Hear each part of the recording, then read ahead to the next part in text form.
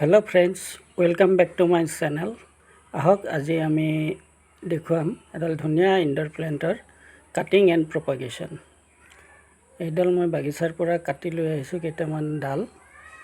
এই গছডালৰ নাম হ'ল অণ্ডাৰিং জিউ। ইয়াৰ বৈজ্ঞানিক নাম হ'ল ষ্ট্ৰেটস্কেণ্ডিয়া জেব্ৰিনা আৰু ইয়াৰ আন এটা নাম হ'ল জেব্ৰিনা পেণ্ডুলা বা ইঞ্চ প্লান্ট বুলিও ইয়াক জনা যায়। মোৰ কেইবাটাও ভেৰাইটিৰ আছে। মোৰ এইডাল হ'ল গ্ৰীণ ভেৰাইটি। ইয়াৰ পাতৰ তলফালটো পাৰ্পল আৰু ওপৰ ফালটো হ'ল গ্ৰীণ। ই আচলতে পেডিলান্থাছ ফেমিলিৰে হয়। তো ইয়াক কেনেকৈ কাটিং আৰু প্ৰপাগেশ্যন কৰা হয় তাক মই দেখুৱাম। প্ৰথমতে এনেকুৱা ডাল ল'ব। ডালত চাব ওপৰত যাতে তিনিটা গাঁঠি থাকে। এইবিলাক হ'ল গাঁঠি আৰু এই দুটা গাঁঠি আমি মাটিত পুতি দিম। তো দুটা গাঁঠি এনেকৈ ৰাখিব, ৰাখি পাতবিলাক কাটি দিব আৰু তাৰ ওপৰত যাতে তিনিটা গাঁঠি থাকে, তেনেহ'লে সোনকালে ইয়াৰ প্ৰপাগেশ্যন হয়। ইয়াৰো পাতবিলাক মই কাটি দিছোঁ আৰু দুটা গাঁঠি মাটিত পুতিব পৰাকৈ ইয়াক কাটি লৈছোঁ। এডাল ধুনীয়া ইনডোৰ প্লান্ট হয়। ই পানী মাটি চবতে হয়, কিন্তু পানীতকৈ মাটিত বেছি ভাল হয়। বিশেষকৈ হেঙিং টাবত ৰুলে ই ধুনীয়া জোপোহা হৈ তললৈ ওলমি পৰে, দেখিবলৈ খুব ধুনীয়া হয়। মই দেখুৱাম হেঙিং টাবত ৰুলে ই কেনেকুৱা হয়। ইয়াৰ দুটা কালাৰ থাকে, গ্ৰীণ আৰু পাৰ্পল, আৰু পাতবিলাকত বগা দাগ এটা থাকে। পাতবিলাক পুৰঠ হ'লে দুটা বগা দাগ হয়, ধুনীয়া লাগে পাতবিলাক। ইয়াক এনেকৈ কাটিং কৰি লৈছোঁ মই ৰুবৰ কাৰণে।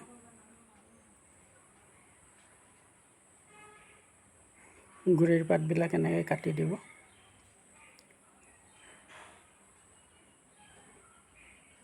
এয়া মোৰ কাটিং কৰা হৈ গ'ল। ইয়াৰ এই গাঁঠিবিলাকৰ পৰাই শিপা ওলাব। এতিয়া মই আজি ইয়াক নাৰিকলৰ খোলা এটাত ৰুম। তো নাৰিকলৰ খোলাত কেনেকৈ ৰুম আহক মই দেখুৱাই আছোঁ।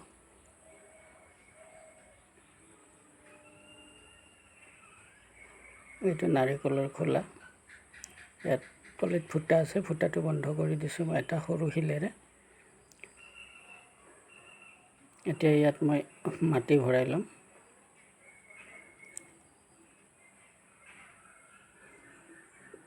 নাৰিকলৰ খোলাটোৰ বাহিৰ চাইডটো বাৰ্নিছ কৰি দিছোঁ, দেখিবলৈ অলপ ভাল লগা হৈছে।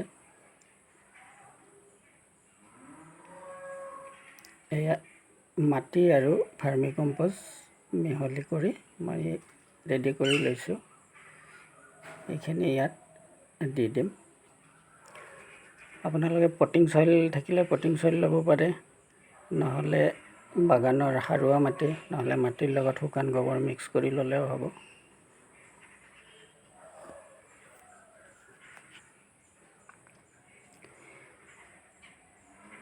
এই নাৰিকলৰ খোলাটোত ৰুই মই ইয়াক ৰছী লগাই ওলোমাই থ'ম। এমাহমান পিছত ই ধুনীয়া জোপোহা হৈ তললৈ ওলমি আহিব।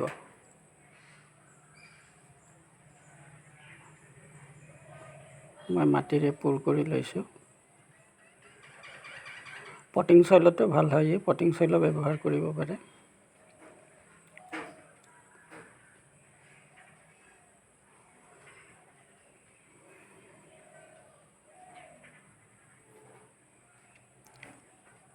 মাটি অকণ আকৌ পিছত দি দিম।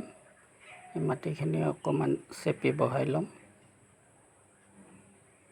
এনেকৈ চেপি অলপ বহাই ল'লোঁ যাতে গছকেইডাল ভালকৈ ৰুব পাৰি।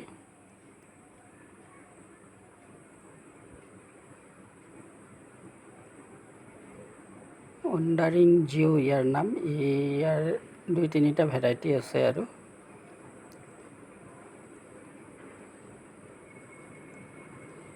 ইয়াক নাৰ্চাৰীতো কিনিব পোৱা যায় আৰু অনলাইনো কিনিব পোৱা যায়।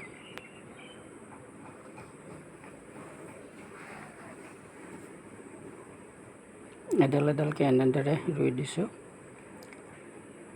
গুৰিৰ ফালে থকা গাঁঠি দুটা যাতে মাটিত পোত খায় তেনেদৰে ইয়াক ৰুই দিব লাগিব। এটা গাঁঠি মই সম্পূৰ্ণ মাটিত পোত খাই দিছোঁ আৰু আনটো গাঁঠি মই পিছত ওপৰত যেতিয়া মাটি দিম পোত খাই যাব।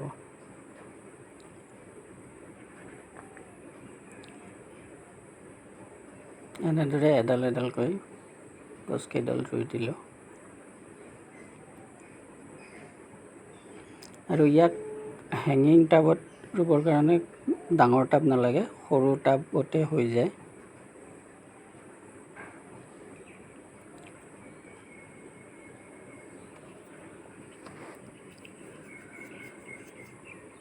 সৰু টাবতে হৈ যাব। কেৱল 1.5 বছৰ 2 বছৰ হ'লে ইয়াৰ মাটিখিনি সলনি কৰিব লাগে।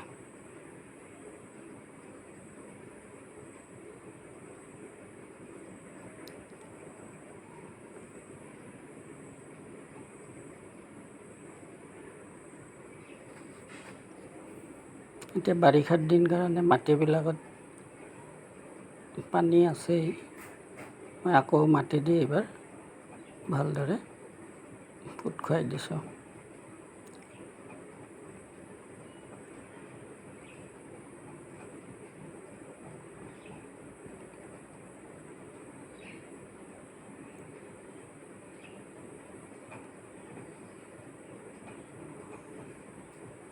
আমাৰ গোটেইকেইডাল ৰোৱা হৈ গ'ল।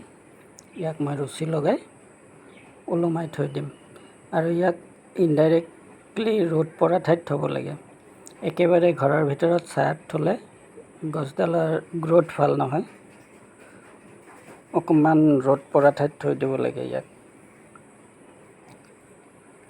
এনেদৰে হেঙিং কৰি থ'লে এমাহৰ পিছতেই ধুনীয়া হ'ব। আৰু ইয়াক পানীতো ৰুব পাৰি। এনেকৈ মই বটলত ৰুইছিলোঁ, বটলতো হৈ আছে ধুনীয়া। কিন্তু বটলৰ পানীখিনি সপ্তাহত সলনি কৰি থাকিব লাগে। ভাল পৰিষ্কাৰ পানী দিব লাগে। ইয়াৰ পাতৰ দুটা ৰং, এটা পাৰ্পল আৰু ওপৰ ফালটো গ্ৰীণ। পানীটো এনেদৰে থাকে। ইয়াক টেবুল টপ হিচাপে ইউজ কৰিব পাৰি। আৰু হেঙিং কৰি থ'লে কেনেকুৱা হয় সেইটো মই দেখাই আছোঁ, আহক। এনেদৰে বটলতো আপোনালোকে থ'ব পাৰে আৰু হেঙিং কৰি থ'লে এনেকুৱা হ'ব। এইটো তললৈ ওলমি পৰে। ইয়াক মই বল বনাই থৈছোঁ ঘূৰাই। এইটো অকণমানি টাব এটাত ৰোৱা। এইডালৰ বয়স 6 মাহ 7 মাহমান হৈছে। ইয়াক ঘূৰাই মই বল বনাই থৈছোঁ, নহ'লে বহুত তললৈ ওলমি পৰে।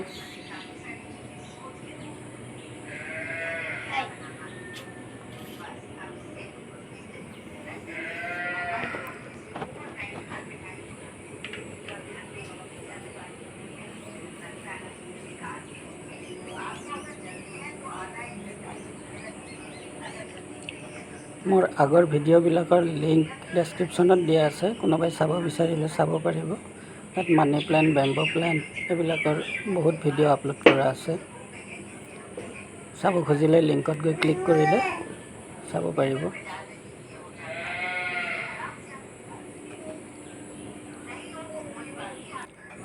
এই এডালো হেঙিং কৰি থোৱা অকণমানি টাব এটাত ৰোৱা। এনেদৰে জোপোহা হৈ তললৈ ওলমি পৰে। এডাল 4 মাহমান হৈছে ৰোৱা।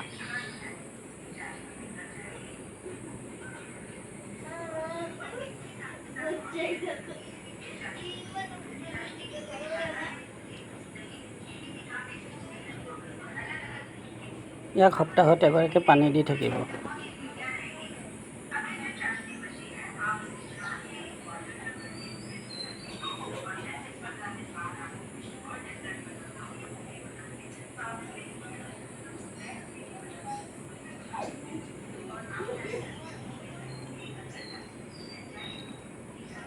লাহে লাহে তললৈ ওলমি পৰিব।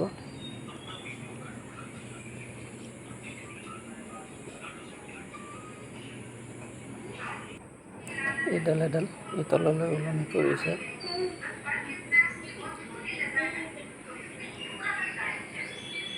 যদি ভিডিঅ'টো চাই ভাল পাইছে তেনেহ'লে লাইক কমেণ্ট কৰিব আৰু আগলৈ এনেকুৱা ভিডিঅ' চাবৰ বাবে চেনেলটো ছাবস্ক্ৰাইব কৰি থ'ব।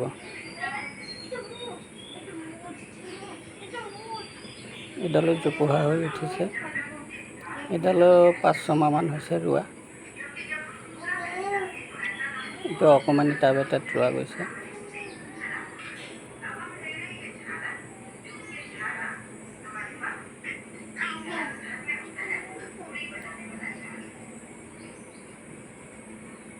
ভিডিঅ'টো শেষলৈ চোৱাৰ কাৰণে বহুত ধন্যবাদ।